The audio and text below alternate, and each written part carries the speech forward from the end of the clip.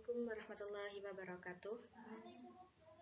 Saya Fitria Isna Yuliati dari Prodi Pendidikan Agama Islam kelas 3C akan menjelaskan sedikit mengenai pendekatan strategi, model, metode, dan teknik dalam pembelajaran. Yang mana kali ini dibimbing langsung oleh Dr. Ahmad Ikhwanul Muttaqin, MPDI, dengan mata kuliah model dan strategi belajar mengajar. Baik, mari kita mulai mengenai pengertian pendekatan. Pendekatan di dalam Kamus Bahasa Indonesia, pendekatan adalah suatu proses, perbuatan, dan cara mendekati suatu sikap atau pandangan terhadap sesuatu yang biasanya berupa asumsi atau seperangkat asumsi yang saling berkaitan. Jika dikaitkan dengan pendekatan pendidikan, berarti pendekatan ialah suatu proses kegiatan ataupun perbuatan dan cara mendekati bidang pendidikan sehingga mempermudah pelaksanaan kegiatan pendidikan tersebut. Biasanya, pendidikan di sini dilakukan oleh setiap pendidik atau juga kita bisa sebut dengan guru. Yang mana guru yang berkeinginan untuk mensukseskan atau memberhasilkan suatu kinerja pendidikan, maka seorang guru harus melakukan pendekatan terlebih dahulu terhadap peserta didik. Kemudian yang kedua yaitu mengenai strategi. Menurut Sanjaya Wina, strategi pembelajaran berarti pola umum perbuatan guru dan peserta didik dalam mewujudkan kegiatan belajar mengajar. Tanpa adanya strategi, maka suatu pendidikan tidak akan berjalan secara dinamis.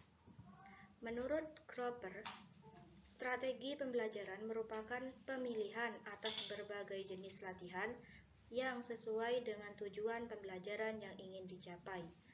Maka dari itu, seorang pendidik dan juga seorang peserta didik harus memiliki strategi yang khusus dalam mencapai suatu pendidikan. Dengan adanya strategi, suatu pendidikan akan terencana, terarah, dan bisa tercapai dengan maksimal. Yang ketiga ialah mengenai model dalam pembelajaran. Agus Suprijono pada tahun 2010 mengemukakan model pembelajaran adalah suatu pola yang digunakan sebagai pedoman dalam merencanakan pembelajaran di kelas maupun dengan tutorial.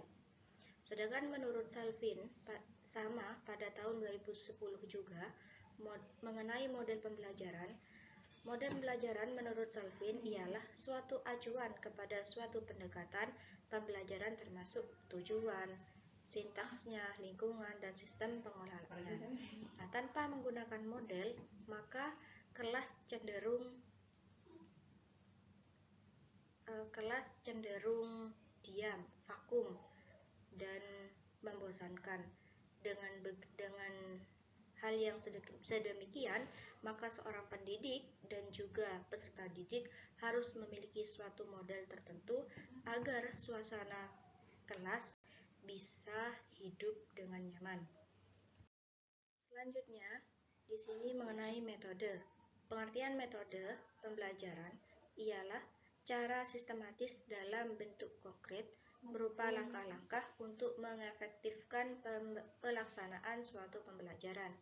Dengan metode, maka suatu pembelajaran atau kegiatan belajar mengajar akan terarah melalui langkah-langkah yang telah tercantum dalam sebuah pedoman dalam kinerja guru.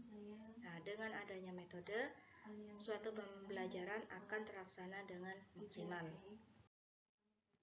Yang terakhir mengenai teknik. Teknik di sini ialah cara guru menyampaikan bahan ajar yang telah disusun dalam metode berdasarkan pendekatan yang dianut. Oleh karena itu, seorang guru akan memiliki teknik tersendiri dengan rangkaian yang telah disajikan oleh tersendirinya. Oleh karena itu, dengan adanya teknik, maka anak-anak tidak akan cenderung bosan. Contoh dari setiap pembelajaran, di sini dari beberapa teknik yang saya paparkan, teknik-teknik dalam pembelajaran yaitu berupa ceramah, diskusi, tanya jawab, pemberian tugas, dan juga penemuan dan simulasi. Pada teknik ceramah, ialah guru menyampaikan pengetahuan secara lisan kepada siswa. Nah, pada kali ini, pada kurikulum Merdeka di sini, teknik ceramah tidak terlalu meminati dalam suatu kelas, yang mana metode ceramah ini cenderung membosankan. Dan kali ini teknik ceramah ini jarang digunakan dalam satu penyampaian pembelajaran. Yang kedua, mengenai teknik diskusi. Siswa berbagi pendapat dan informasi tentang suatu topik atau masalah.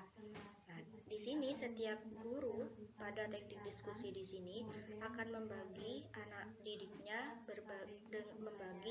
membagi per kelompok dalam memberikan pendapat ataupun informasi. Guru akan membagi kelompok terhadap anak didiknya. Kemudian teknik tanya jawab. Setelah melakukan suatu penyampaian pengetahuan ataupun berbagi pendapat, maka seorang guru akan memberikan tanya jawab untuk menguji pemahaman atau menggali informasi apa yang didapat oleh peserta didik. Kemudian teknik pemberian tugas. Teknik pemberian tugas di sini siswa mengerjakan tugas individu ataupun kelompok yang berkaitan dengan materi pembelajaran. Seorang guru selain memberikan tanya jawab, maka guru juga harus memberikan tugas dalam mengisi ataupun dalam menguji suatu kelompok ataupun individu untuk mengetahui yang mana dari mereka itu sudah tercapai pendidikannya. Terakhir, mengenai teknik penemuan dan simulasi. Siswa menemukan konsep ataupun prinsip sendiri melalui kegiatan simulasi atau percobaan. Di sini seorang guru memberikan paparan yang mana itu berisi pertanyaan ataupun lain-lain yang sekiranya itu bisa memahamkan bagi seorang peserta didik. Nah, di sini seorang siswa akan mencari atau akan memberikan atau melakukan kegiatan yang mana di sana berisi uji coba dalam bentuk individu. Inilah yang akan mengetahui siswa mana yang sudah mengetahui apa yang dia pelajari. Dengan adanya simulasi, seorang guru bisa memahami siswa mana yang sudah mengetahui ataupun memahami dan siswa mana yang belum memahami suatu pembelajaran. Terakhir, mengenai perbedaan. Dari kesekian macam-macam pembelajaran pasti memiliki perbedaan. Akan tetapi, semua macam-macam tersebut saling berkesinambungan, seperti halnya pendekatan dengan strategi. Nah, seorang guru melakukan strategi tanpa adanya pendekatan, maka itu tidak akan berhasil. Oleh karena itu, setiap seorang guru harus melakukan pendekatan terlebih dahulu sebelum melakukan strategi. Kemudian, terjadi pula pada metode dan teknik dan juga model. Nah, tanpa adanya pendekatan, metode, teknik, model, dan strategi pun tidak akan berhasil, karena teknik, model, dan metode itu berhasil dengan melalui pendekatan. Kita melalui pendekatan harus mengetahui yang mana siswa yang mungkin cepat menangkap atau cepat menanggapi ataupun merespon seorang guru, dan mana seorang siswa ataupun peserta didik yang belum kenal dengan apa yang telah dipaparkan oleh seorang guru. Baik, dari sini mungkin sudah cukup atas apa yang saya sudah sampaikan. Cukup sekian dan terima kasih. Oleh karena itu, suatu